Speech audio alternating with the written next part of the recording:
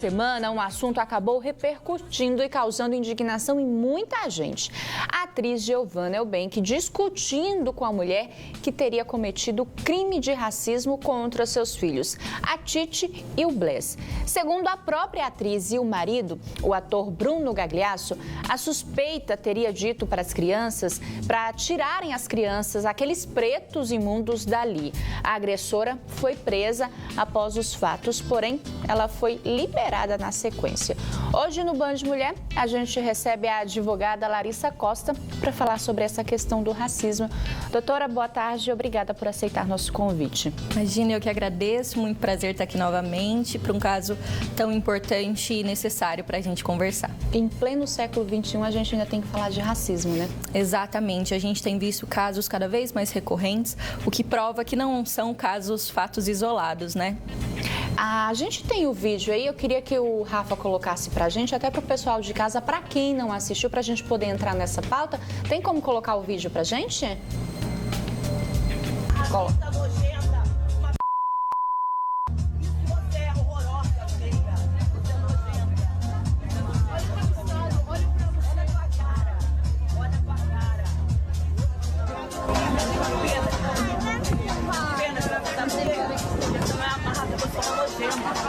Você merece, sabe o quê? Você merece soco, você merece uma porrada na tua cara. Isso você merece. Desculpa, é preciso... Bom, eu acho que como mãe eu não teria outra postura, né, a não ser a que a Giovanna teve. Acho que não sei nem se eu conseguiria me segurar ali e não partiria, né, porque mexeu com os filhos dela, né, e a gente está falando de duas crianças, né. O racismo por si só já é algo que causa uma certa indignação, um certo nojo de quem pratica, só que quando a gente vê praticando com criança, parece que a revolta é ainda maior e eu acho que no lugar da Giovanna eu teria feito coisa muito pior, né? Com relação a essa questão do racismo e da injúria racial, eu queria que a senhora diferenciasse pra gente aí se tem diferença, né, do racismo e da injúria. Nós temos diferença, sim, Lucy. O racismo, ele é um crime direcionado a uma população mais ampla, né, não sujeitos determinados. Então, a lei do racismo, ela é uma lei específica, ela vem realmente para tutelar uma coletividade. Então, a população negra, afrodescendente, que por alguma tipo de preconceito é impedido de adentrar num restaurante, de participar de um processo seletivo para um trabalho. Já a injúria racial, ela é uma ofensa direcionada a questões, elementos de raça, de cor, de religião, de etnia. Então, ela está prevista, ao contrário do racismo, a injúria racial está prevista no Código Penal, no artigo 140, parágrafo 3º, que vai tutelar essa pessoa específica que foi ali ofendida em razão de elementos relacionados à raça. Bom, racismo é crime, só que no caso dessa mulher, ela foi presa, só que na sequência ela foi liberada, né? É lógico que a gente está falando de Portugal, a gente não está falando isso no Brasil, mas por que ela foi liberada, doutora? Normalmente, Lucy, quando a gente analisa essa diferença entre racismo e a injúria racial, o racismo ele é um crime imprescritível e inafiançável, como diz a Constituição Federal, ao contrário da injúria racial. Então, no sentido da injúria racial, normalmente aquele agressor ele é até encaminhado à delegacia quando há um fato em flagrante, mas ele normalmente tem a possibilidade de responder ao crime em liberdade, responder durante a investigação em liberdade. Então, no caso da Titi e do Bless, né, foi injúria racial. Isso. E não racismo. Foi uma injúria racial, ela se referiu ali de forma geral às pessoas negras, mas ela individualizava aos filhos dos atores. Qual que é a pena para quem pratica o racismo? O racismo, ele é mais amplo, né? Então, ele precisa ver o caso concreto. Já em injúria racial, a gente tem uma pena ali que varia entre 1 ano, de 1 a 3 anos e multa. E é importante que, além da busca, né? Além do crime, a gente também pode pensar em uma reparação também a título de danos morais. Porque há uma exposição da intimidade, há uma violação à dignidade humana. Então, além do crime, a gente também pode pensar numa reparação do dano, pensando ali na seara civil. Então, criminal e civil buscando essa reparação integral. No caso aí, né, porque houve a ofensa, né, foi algo que desrespeitou, foi algo que ofendeu ali e causa porque a gente está falando de criança. Não era o caso de ser aplicado também uma multa, né? Claro que isso não repara os danos que isso provoca nessas crianças e que vai provocar ao longo dos anos. Mas não é o caso também de aplicar uma multa, da pessoa ser presa, da pessoa ter que responder, já que ela só foi encaminhada à delegacia e em seguida ela foi liberada. Essa sua preocupação, Lucy, na verdade, também é uma preocupação de todos nós. Inclusive, até o presidente de Portugal chegou a comentar esse caso e dizer realmente a importância de punições muito efetivas para que realmente a gente tenha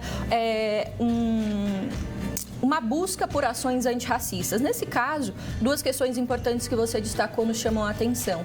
A primeira é relacionada ao fato de que crianças negras, desde pequenas, já sofrem com esses impactos do racismo, que tem profundas manifestações ao longo de toda a sua vida.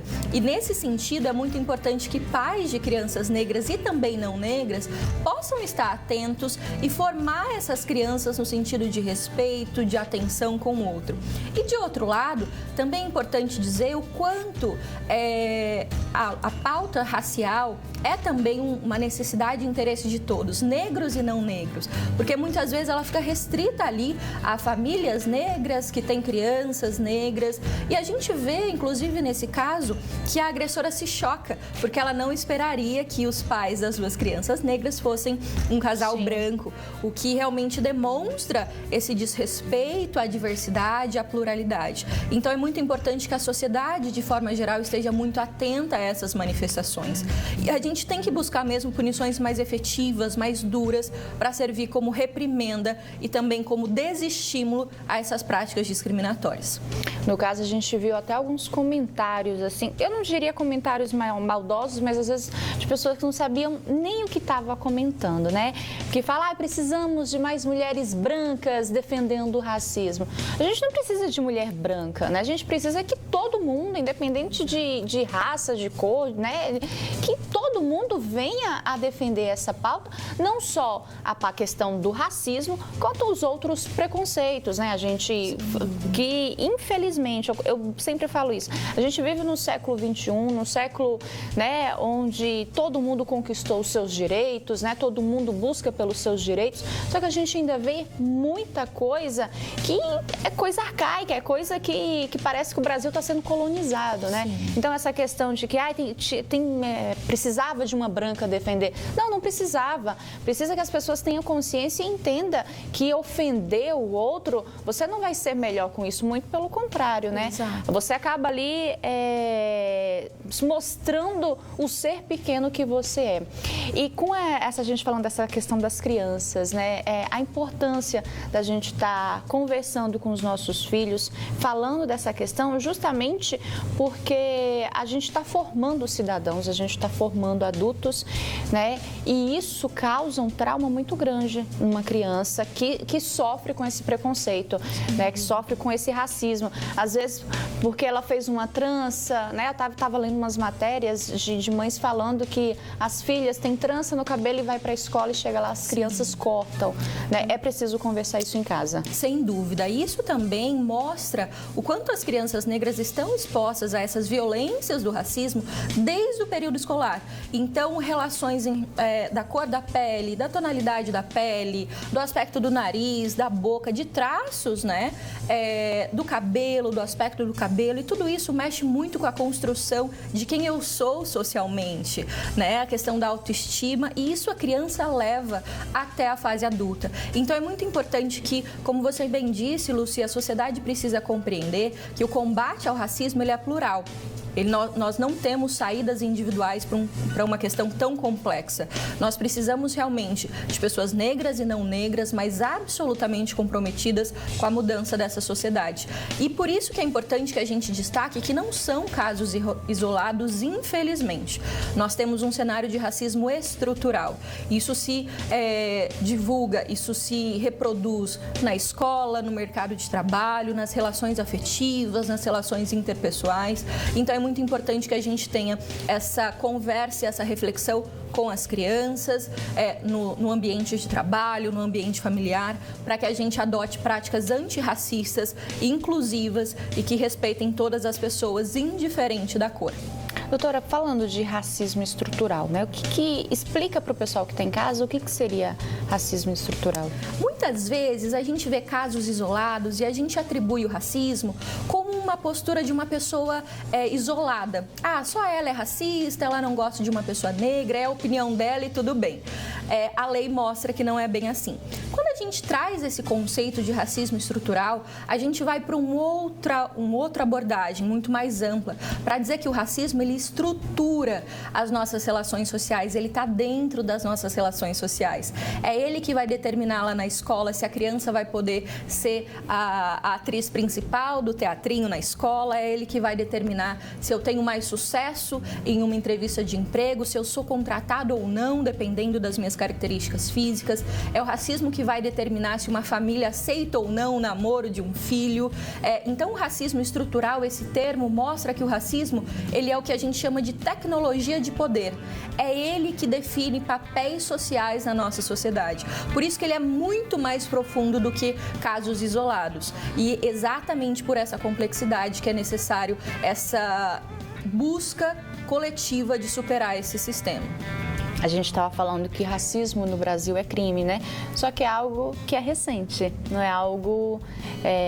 Queria que a senhora falasse também dessa lei no Brasil que, graças a Deus, agora é crime. Sim. Nós temos, na verdade, uma evolução muito recente, até no sentido de proteger direitos humanos e direitos fundamentais no mundo e também no Brasil.